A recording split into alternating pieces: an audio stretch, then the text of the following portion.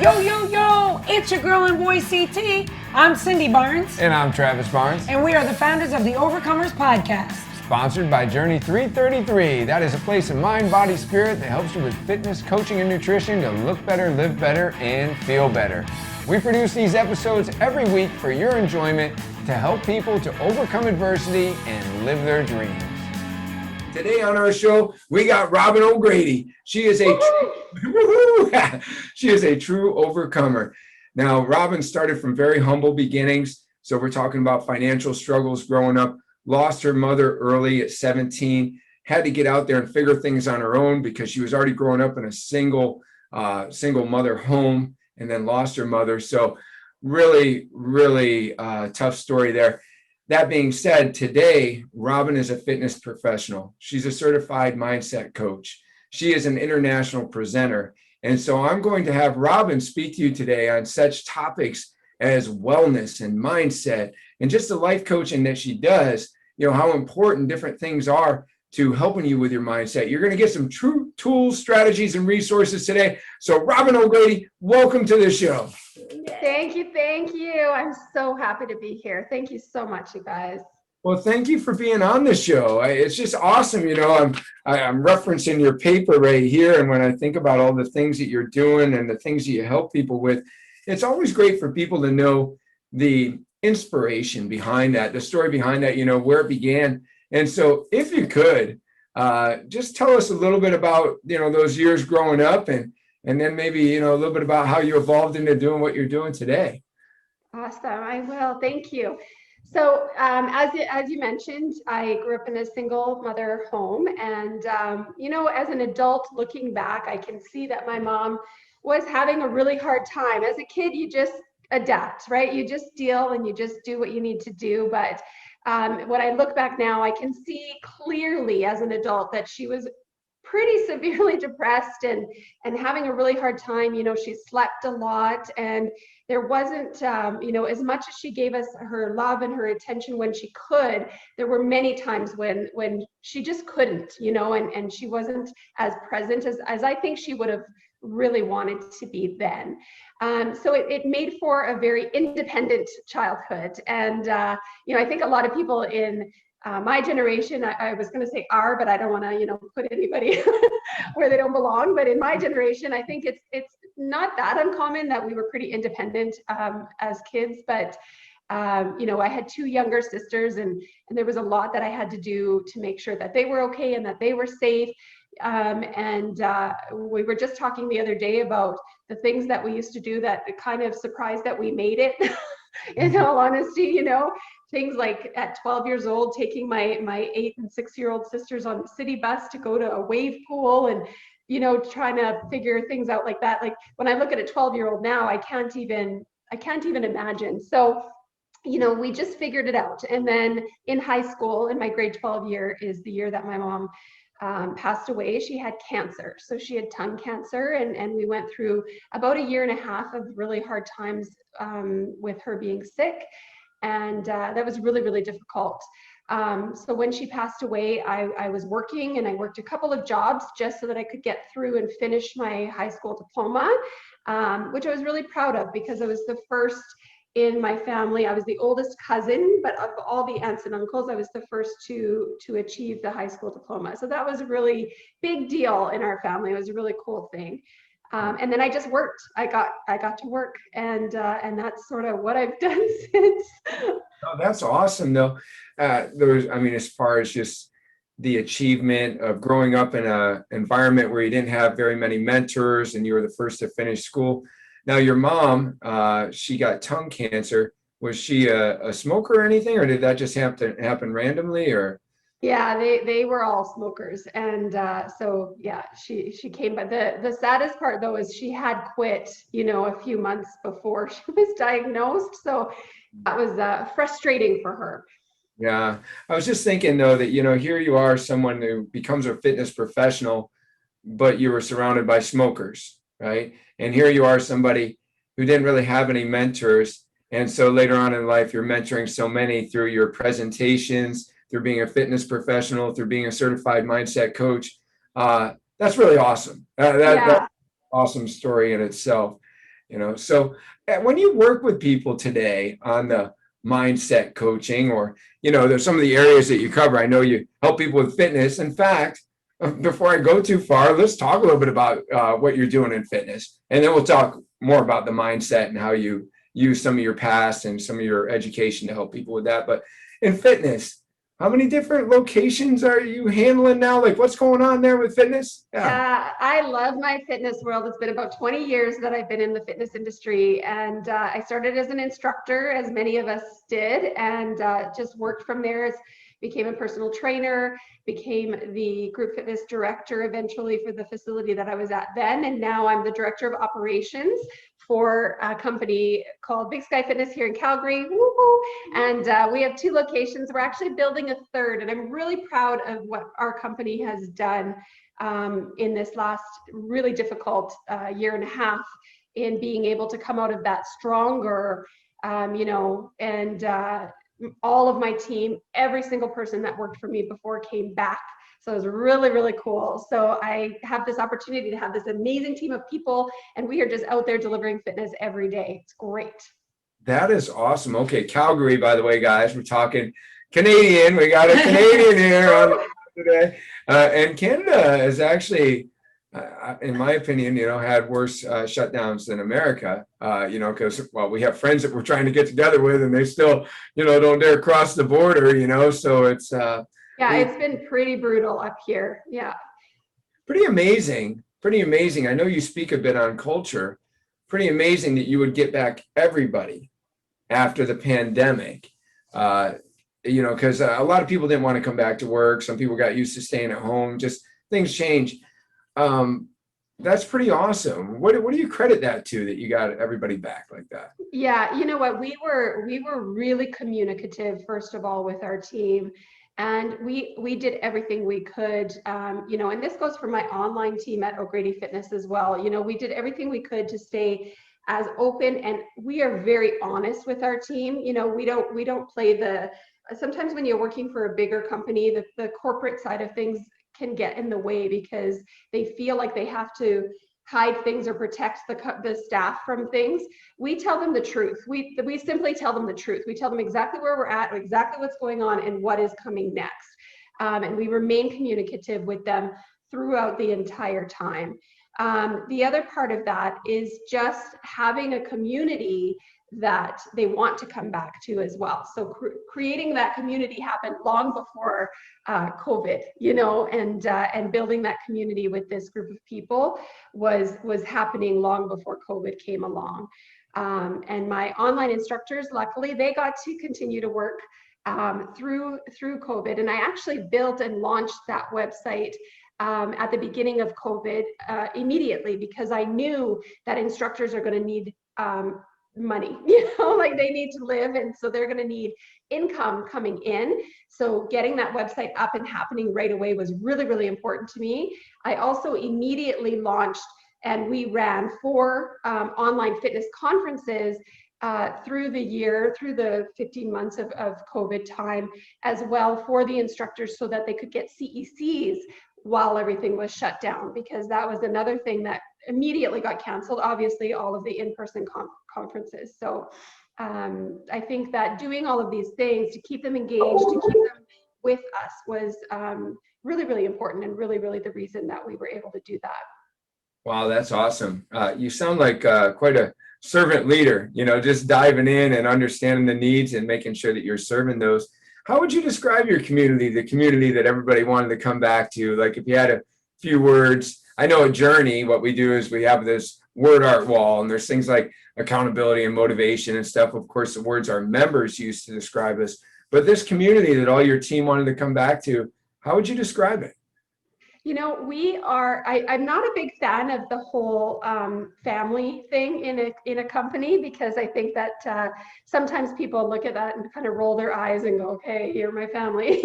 Like, for a lot of them, this is just their job. They come and they do their work, and then they go out and they hang out with their friends and their family. So we really push on the community side of things, and that's what we call ourselves. But we are, close with each other. We take the time to understand what the needs are of the people that are within our company. We also have a very, very open door policy. So we have 3 of us at the director level, and we have a president above us, and every one of those people you can contact, whether you are the facility crew or the front desk person or an instructor on the floor. If you need to talk to anyone in that chain up the line, then you're more than welcome to reach out to those people. And that's actually the same for our members. Our members, our president is always giving his email out to the member. And I always tell him, don't do that. You know, like you've got like 5 people before that they could talk to, but he's like, no, I want them to know that they can reach out to me anytime. So that's really cool too. And then the same thing for O'Grady Fitness is that open communication. I really try to reach out and make sure that my instructors understand that I am here for them. What they need is my job. That's what I'm here for, is to make sure that they are having successful classes and that their needs are met if they need anything at all. And even during the closure, if you need, you know, support, if you need extra finances, we're going to help you with that in any way that we possibly can, just to make sure that you're okay.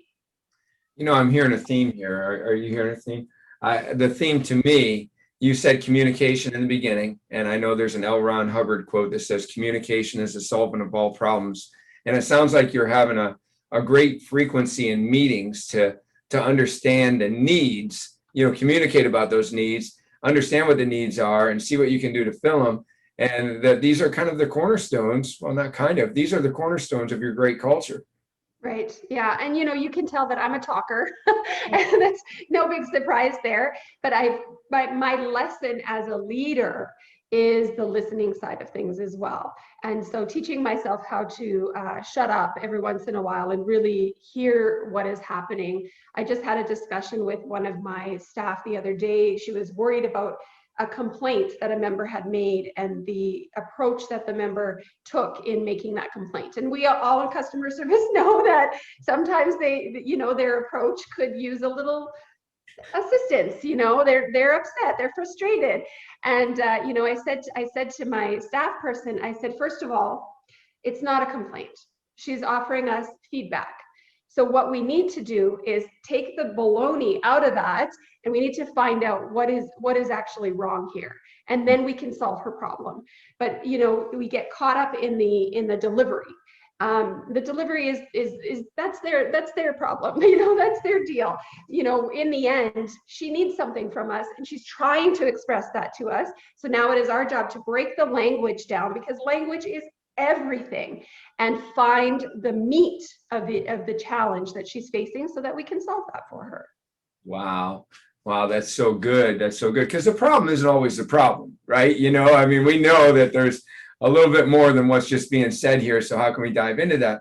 And I wanted to start with fitness first before we got into your mindset coaching. And I'm so glad that you took us to leadership, because you sound like an excellent leader. And I wanted to ask, are there books, or is there a certain education, or has it been the school of hard knocks of experience that's been, you know, allowing you to develop these types of practices as a leader, to where you're like, no, this just isn't, because there are a lot of owners and leaders that just might, another complaint, you know, so what, you know, put it in the circular file, the trash can, you know, I mean, whatever, that's how they handle it. And you seem to handle it a lot better. So what's allowed you to do that and grow like that to who you are? Yeah. Oh my gosh. You know, School of Hard Knocks is definitely the biggest thing. You know, I said, I think we talked a little bit earlier about how many years I've been in customer service, and it's been a long time. And so you cannot help but learn over that time. But I do read voraciously. I love a good book. I do a lot of audiobooks because I have multiple locations that I'm traveling to. I have a lot of time in my car, so audiobooks are really, really important to me. But you know what? I go to a lot of talks, and I'm part of the Canadian Association of Professional Speakers here, and we have every month meetings, and at those meetings we get education, which is amazing, you know. So I go to a lot of talks, but in the end, it's really about taking the time to think about emotional regulation and language. Because if I am meeting fire with fire, we are only going to get more fire. And so I learned a long time ago that when someone is coming at you at an emotional high, the best thing you can do is bring yourself down to an emotional low to meet their energy, so that we can find ourselves in the middle and have a constructive piece of communication. I'm also the mother of teenagers. I think that helps as well. You know, you learn how to communicate with them as well. So language is, I'm very passionate about language. I think language can completely change a situation just by how you phrase things. Oh, that's good. So emotional regulation and language. Boy, I've heard that as a piece of advice many times, not to respond from an emotional place, right? We have to get past that, right? Because what do we always have? Knee-jerk reactions, right? When something's going on, we get frustrated. And that's why, honestly, we're co-leaders. And so sometimes, Cindy, that situation gets me a little too excited. Maybe you should handle that one, because I know that I'm not going to be good for this, because I'm having a tough time just finding my zen in that situation, But emotional regulation, that's the, what do you do to help with emotional regulation? Do you just assess and analyze, is this an emotional response, or are we coming at this from the best logical response? Or tell us a little bit more about emotional regulation, if you will. It takes a lot of practice. It's really practice over time. But one thing that I learned in my mindset training and things that I picked up is that the subconscious brain is much faster than our conscious brain. And so that knee-jerk reaction that you're talking about is what we have to figure out how to pause. And so there is a 6 second, which is such a cool number to me. There's a 6 second delay from our subconscious mind to our conscious mind. So if we can just pause, and this is where I think in North America, we're really bad at stopping, and pausing, because we feel like that communication has to be fast and on the go. And I'm a really fast talker, and that's what I had to learn, is to actually just, again, shut up and listen. And so that pause in a conversation, if I count that for you, 1, 2, 3, 4, 5, 6. It's a really long time. It feels like a really long time. So if someone is yelling at you, if you can sort of get past, sort of put a wall in front of the yell, in front of the power of the energy that's coming at you, and just count that 6 seconds, it's really going to help you to respond in a more calm manner. And I will tell people, I just actually had this conversation the other day with a member. I will say to them, I'm really not getting anything from you in this moment. So when you're ready to talk to me in a more calm manner, then we will talk again. So I'm going to hang up now, and I'm going to call you back in a little while. And then that gives them that 6 seconds to pause as well. And most of the time, that is an immediate switch in their behavior, because they realize that they're not being productive. Nothing is happening here. Well, good for you for I love, right. Yeah, right. I love that right now. Yeah. I am going to hang up on you right now, because I am not getting anything. Oh my goodness. I'm going to use that. Oh my God. Yeah. We'll use that, I'm sure. Well, no, I'm 6 sure. seconds. So what you're saying, though, is that in the subconscious is that emotional response, but in the conscious mind, if you allow that 6 seconds, is that strategic response, where we can think about it and we can say, what's the outcome that I'm trying to achieve? Mhm. And is my emotional response going to help with that outcome, right? Like, I love that. Love that. And you're not going to get it every time. Just understand that, you're going to yell back sometimes. That the emotional response is going to win every once in a while. But like I said, it takes practice over time. So every time you do it successfully is a check on that chalkboard, like you won that moment. Well, I think you just gave me a secret to something I've been looking to achieve. I learned this story about Buddha, and it's not to promote any particular faith here. It's just to say that there was a great story about this guy that was trying to make the Buddha angry, and he wasn't responding, and until finally he asked the man a question, and he said, "Let me ask you a question. If someone offers you a gift and you do not receive it, whose gift is it?" And the man said, well, I guess the gift would still belong to the giver, the person that's trying to give the gift. And so Buddha said, and so it is with your anger. I don't receive it, right? And so what you're actually giving me as an answer today is how Buddha might do that is he's going to count to 6 before he responds to this guy, right? I was like, how does he do that? Like, I mean, this guy's calling him names and everything else. I mean, that's really, really cool. So it was a great story, something to aspire to say, you know what, I'm not going to let this person mess up my Zen, right? Or destroy my peace. And the way to do that is to prevent the subconscious from ruling the conscious. And right? it is a choice in the end, right? Whether you're going to accept that or not. Like that's your decision in the end.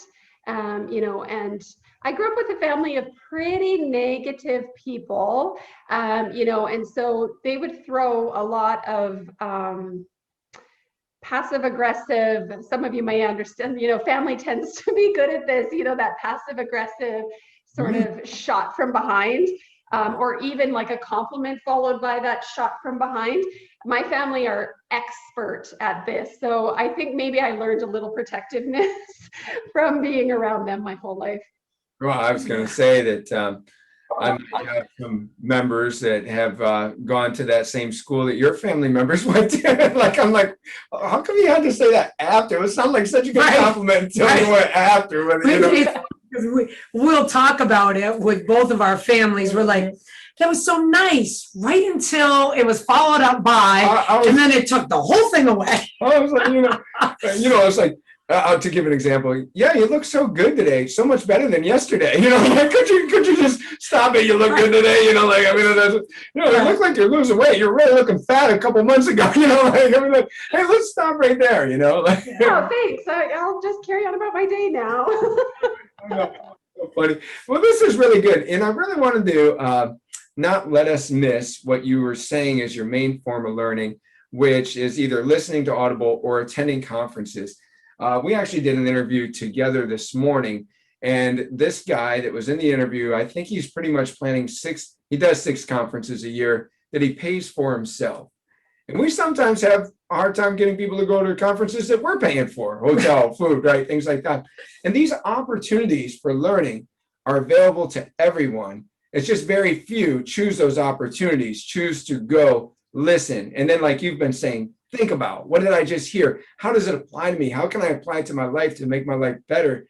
And it seems like if I'm understanding what you're saying, it's those moments of learning, listening, and then thinking about what you heard and how you can apply it in your own life that's really been a great teacher to you. Am I right? Yeah, it really has. And after 20 years in the industry, people say, well, what are you going to get out of a fitness conference? Like, haven't you heard it all? Don't you know what? And I say, absolutely not, because someone else's point of view alone could shift how you live your life day to day, or how you present to your team. And I try in every session, because there are sessions where I've seen all those exercises before, like I know a squat is a squat and a lunge is a lunge, and there isn't so much that we can do with those. And after 20 years, you probably have seen every squat that there is out there. Mm-hmm. But I try to really every session just have at least one takeaway. And I actually get frustrated, like you just said, about teams who don't go to these things. Even if you're just like, here, please, I'm paying for you, and I want you to attend this education. Or I've attended education conferences with people over the years where they take it as a field trip, a vacation, and then they're drinking all night and they miss all the morning sessions, and I'm like, no, like we're here for a reason, and I just think that part of it is my excitement when I come back. I try to really, like yesterday, I did IDEA conference this past weekend. They did it virtually, so I was able to do it just around my house, and I got such great information from it. So I went to work and I was just like, and then I went to this session, and then I went to this session, and then I went to this session, and they're all just like, because none of them went, and I was like, it was online. Why didn't you go? You didn't have to travel. You could have just popped on and grabbed a few sessions. So I understand what you mean about that for sure. I think it's critical to your growth and your success. And I think it's everything you need to continue to learn every single day. Every day you should take one thing away. And when you're counting your wins at the end of the day, that piece of learning should be part of that. Sometimes those lessons are hard, but it's important learning every single day to take something away from that day. What was important today? What was new for me today? I'm going to give you a challenging question now then. Are you ready? Yeah. Ready.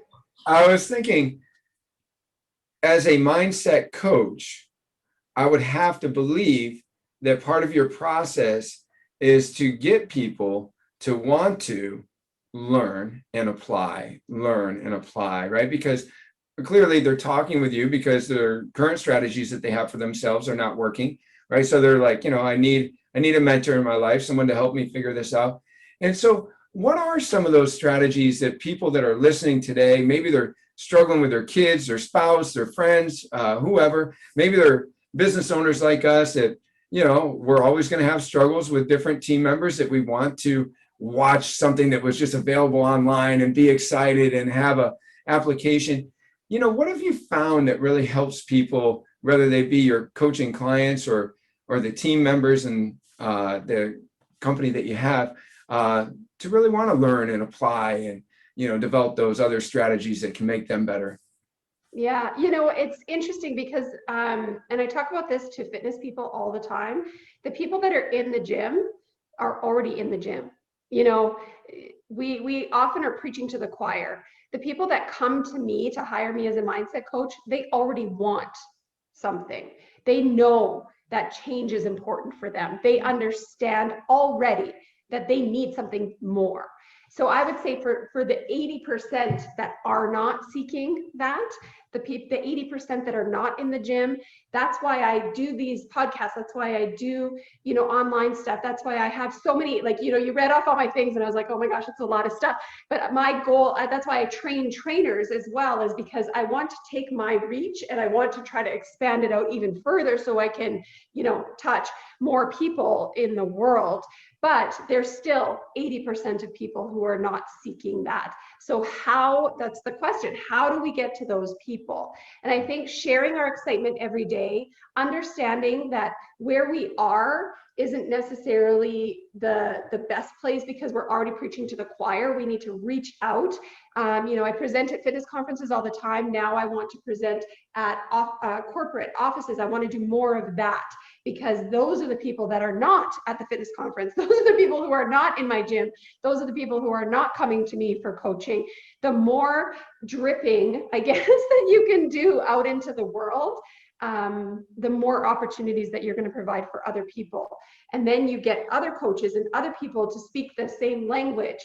And that helps to further your reach to more people.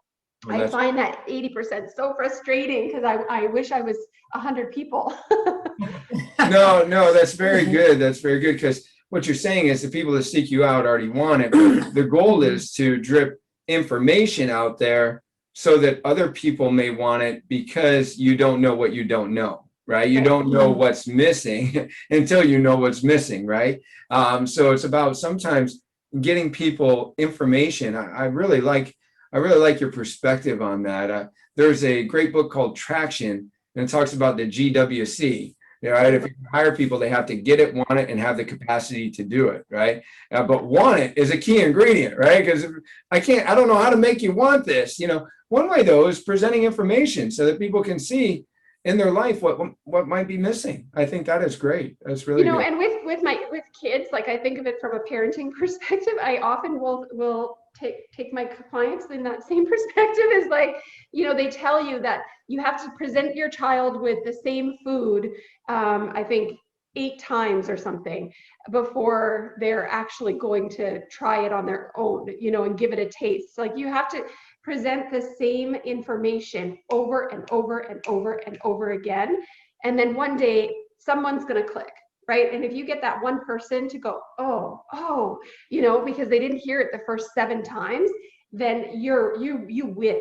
Like that's the biggest win to me. And you guys are in the fitness industry. Like you've seen when clients come in, I trained a client who had zero success with me for a few years. She had a little up, she had a little down, she had a little up, she had a little down, but we never achieved her goals in the end. And in the end, I just said to her, I said, I don't think I'm the right coach for you. You know, like we need to find someone else who can speak better to you to get the information that you need across, because we have become very close, but maybe too close, you know, like now we're too close to each other because we've been together for years. There has to be something better out there.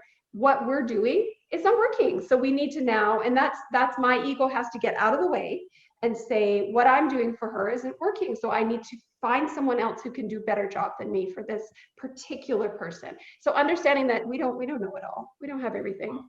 That's really good. That's really good. That's almost biblical, not to, Yeah. right? I mean, you know, like if a person won't listen to you, like, can you get someone else that they might listen to see what it is that they don't know or what they're missing in their life? Or, you know, you have to present something 8 times. I think that's how we got our last house. You presented it to me enough times where I went and looked at it.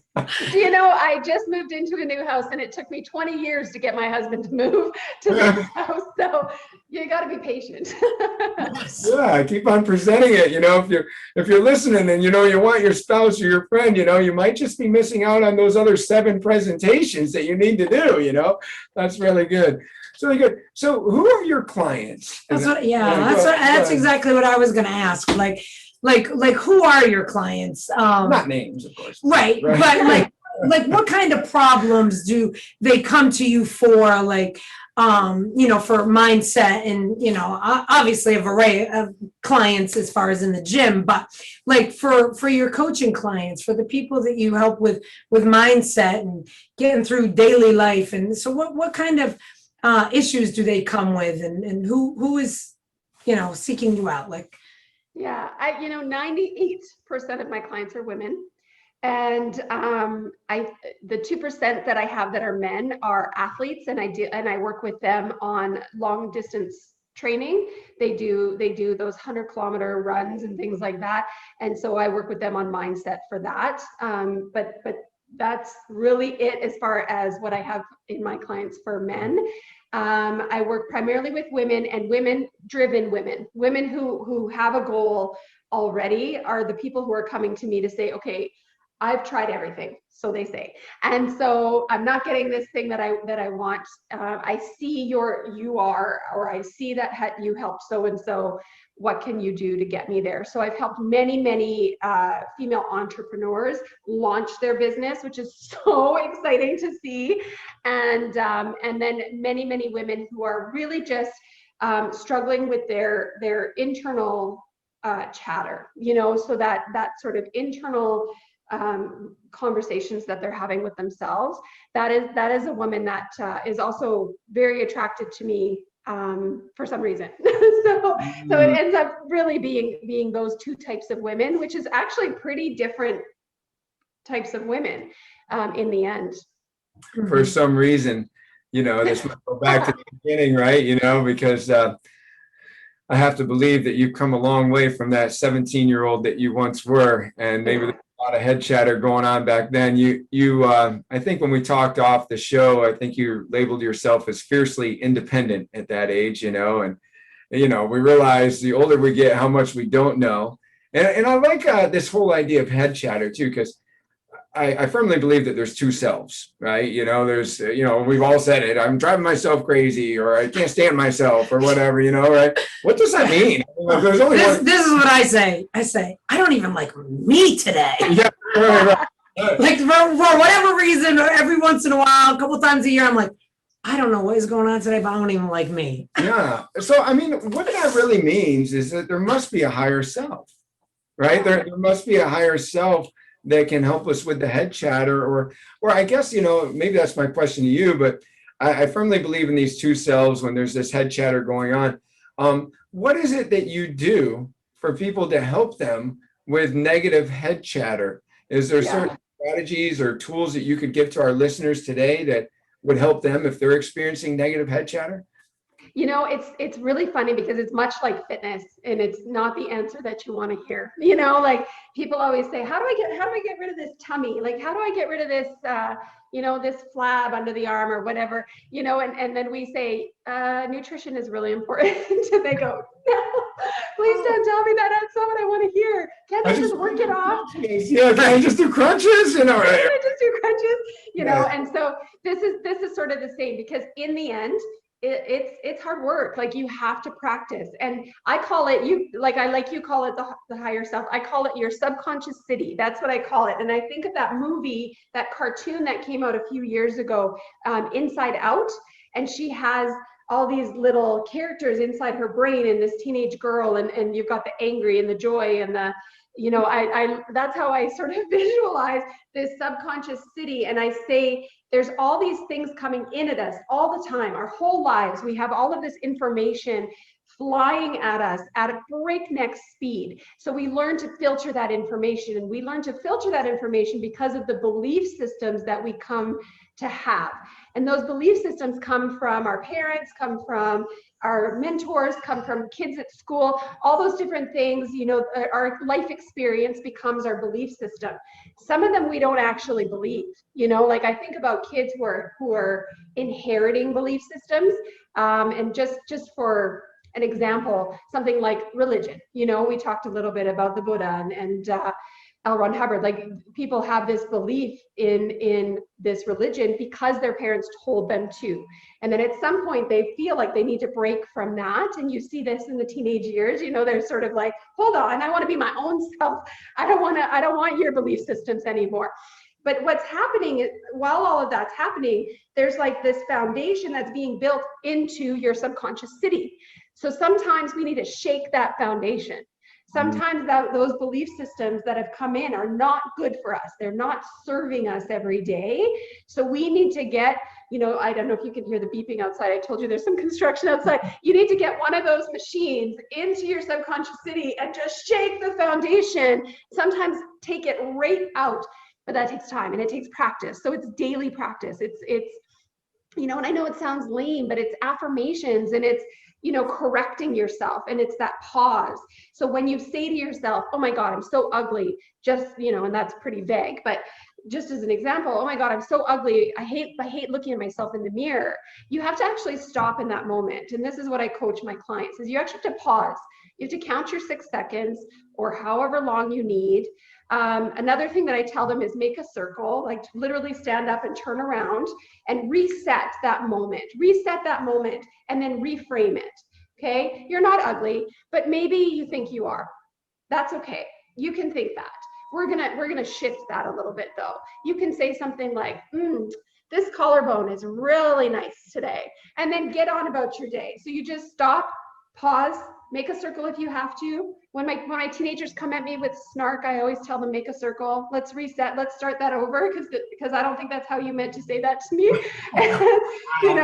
We reset, and then we reframe. So if you think you're ugly from here up, well, what if like this freckle right here, I love that freckle. That's my favorite freckle. And then get on about your day. But it takes like hundreds of times doing that. Stop, reset, reframe, stop, reset, reframe. And a door is another really nice thing. As a fitness instructor, you're not always in a great mood, but you got to go in there and give this energy to all of these people, because they are there and that's what you are there for them. So a doorway, walking into the gym, as soon as I walk through that doorway, I'm going to put on my Sasha Fierce and I'm going to go teach that class. So no matter what has happened before, but you have to sort of put a thing against it. So make a circle, see the doorway when I cross that doorway, because then your subconscious brain is actually making, changes. You're actually shaking that foundation. I know that was a long answer. No, that was a great answer. There's so much in there. I'd really like to recap it a little bit. Having a trigger such as a door, and just to kind of start in the reverse order here. I know Todd Durkin, I'm sure you know him too. He's been a great mentor in my life, but he's always snapping his band. Maybe his band is a door, right? To get his mind right. Doing the circle. Boy, maybe we should try that with our daughter. Could you just do a circle right now? And, we'll try it. She's 19. Yeah. 18 and 15. Yeah. 18 and 15? Yeah. Yeah, So- 18, 19, they can get vicious. Yeah, maybe she'll try the circle thing, you know. I'm sure you- You're meant to come at I'm me sure this you did not mean to say that to me. That's what I say. Yeah, that's what I say. I'm sure that's not how you meant to say that to me. I love it. And affirmations. I'm a big fan of journaling. We don't always necessarily have time to journal. Life gets in the way. We wake up, something happened, and like maybe we didn't get our journaling. So it sounds like you're even doing some verbal journaling. Just look at this Right. freckle here and say, I love this freckle. However, I had a life coaching client say to me the other day, hey, I know we've been meeting for a couple months. I don't feel like I'm making any progress or whatever. And so then I said, well, why don't we do some affirmations about the progress that you have made? Because when we started, you didn't do this, you didn't do this, you didn't do that. Now you're looking at that. Now he's got fitness equipment in his house. He's been speaking at an event that he wanted to speak at, type of thing. He's working on some presentations and different stuff that he wanted to do. But we don't give ourselves any credit, right? So we need these affirmations in our life. What's your number one way that you get people? Is it journaling that you get people to do as clients? Yeah, you know what? Some people, I think it's funny because some people have this like weird reaction to journaling. Like they're like, oh, like it's like, there's this sort of like negative thing to it. So I try to start them a little slower. I like journaling, but I don't think it's for everybody. I think it's really good for some people. I think writing things down on paper with an actual pen is powerful stuff. But for people to ask them to do that every day when they're new to it is kind of rough. So I will often say, you're going to count your wins at the end of the day, write those down. So, because that's part of our process is to count your wins every day, or some people call them gratitudes, like whatever you want to call it, that's fine. What happened good today? Let's put that on paper. So we'll start their journaling journey that way. And then they start to get a little more comfortable with it, and they might do a little bit more. Some people like to do voice on your phone. You can do voice memos. So if you don't like to write, instead of that, especially the younger generation, they don't want to write. They don't understand the power of that yet, or maybe they never will, which is kind of scary, but maybe they never will. And so voice memos is another really good way to, because then it's somewhere. You've put it somewhere. You've taken it off of you and you've put it somewhere. That's really good. Yeah. That's really good. We talk about that, and we've tried to get away from that this past year. Many times in the past, we've talked about what was wrong with our day at the end of our day. And we recently learned this past year, what did we say? Yeah, well, because we work together every day, and so then at night, usually by the time it's like we're laying in bed, and it was like, I cannot believe this, and then we start like kind of venting. And then when we were listening to a motivational speaker one day, he said, what you say at the end of the night is your marinade. That's what you go to bed marinating on all night long during your sleep. And so that kind of sets the tone for the next day. And immediately we switched. And so we were like, what are 3 things that you're grateful for that happened today, or 3 good things that happened? So then we share that with each other. And no matter how stressful the day may have been, or what might have went wrong, or any of that, you can always find 3 things. There's always something. Yeah. And so then that would be the last things that we would share and talk about to each other before we went to sleep. And I was like, I love that. I love that too. Yeah.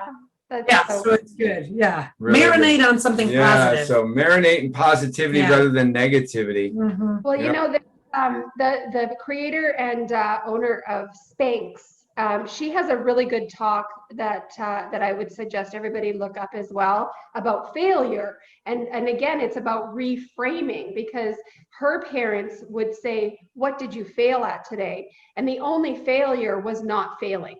So, there's value in those bad things that happen. So instead of, venting it out, which sometimes you need to do that too, but instead of making that the priority of the vent session is to find out what the value is of those falls, because we're all going to fall, we're all going to trip, we're all going to make a mistake. Yeah. Like, there's no getting away from that. It's going to happen, period.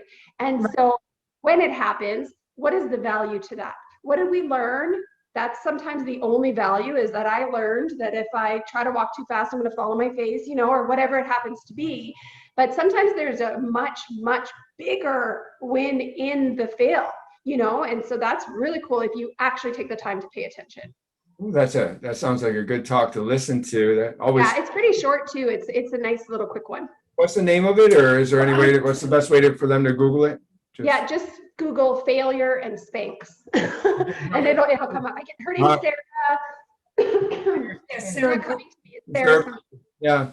Okay. Yeah. Awesome. Well, speaking of awesome, Robin, you're such an awesome person to know. I think you're a wealth of information, and when I think of where you started, you shared with us off the show about the different assistance that you had to have growing up due to the poor financial conditions and losing your mother at 17 and having two younger sisters. Was it sisters, 12 and 14? Yeah. And then everything that you've become just by taking advantage of those opportunities that are out there and available to everyone. The opportunities to learn from life, the opportunities to listen at different things that people are saying and then try to apply it to your life so that you can grow in a positive direction into more of a optimal self. I just think that's fantastic. Now, you've mentioned that you're doing some online sessions. So I would say that there's probably a couple ways that people can engage with you. They could, if they happen to be on this side of the border and not in your local area, then they can still come visit you online. Is that right? Yeah, that's right. O'GradyFitness.com. You can find everything that you want there. My speaking information, my live classes. I have an incredible team of instructors that come from their living rooms to teach fitness classes to the whole world. We have some members from Italy. We've got some from the UK. It's so cool. And, so they come in, like, to them, it's like 10 at night and it's like 5 in the morning here. Like, it's so interesting. And, the team that I've put together, they're very, very passionate about the same things that I'm passionate about. And that is just bringing, fitness to the world and showing people that movement every day really matters. So yeah, it's all there. That website, o'gradyfitness.com, has got all of it. So if people want to talk to you about life coaching, if they want to talk to you about presenting, if they want to take one of those virtual sessions or even find out where to visit you in person, they can find all that through there? That's right. Yeah, they can contact me through the website too. And I don't have anybody managing all that. I answer all the emails. So if you message through there, it's going to be me that responds. Oh, you're a busy lady. All this coaching and running 3 different places and answering all that yourself. That's awesome. Well, I want to thank you. Thank you for all this great information that you shared with our audience today. Thank you so much for being an overcomer and being on our show. Thank you, guys. I'm so grateful to have met you today. I think I see a long relationship here. Definitely. Can't wait to have you on again for more information for our guests. See you guys later. Hey, thanks for tuning in to the Overcomers Podcast, sponsored by Journey 333. When I am not hosting the Overcomers Podcast, I am working at one of our fitness franchises so that I can continue to help people overcome adversity on a daily basis. That's right. People come to the Journey 333 fitness franchises because they want a coach in their life. They want somebody to help them overcome the adversities of life, motivate them to higher levels of greatness, bring out their potential, help them lose weight, get off medications, fight depression, fight anxiety. That's what we do on a regular basis. If you feel like you want your life to be about helping more people to overcome their adversities, if you feel like you're an overcomer and you want to create more overcomers, then maybe owning a Journey 333 franchise would be for you. To find out more, go to www.journeyfitness333.com.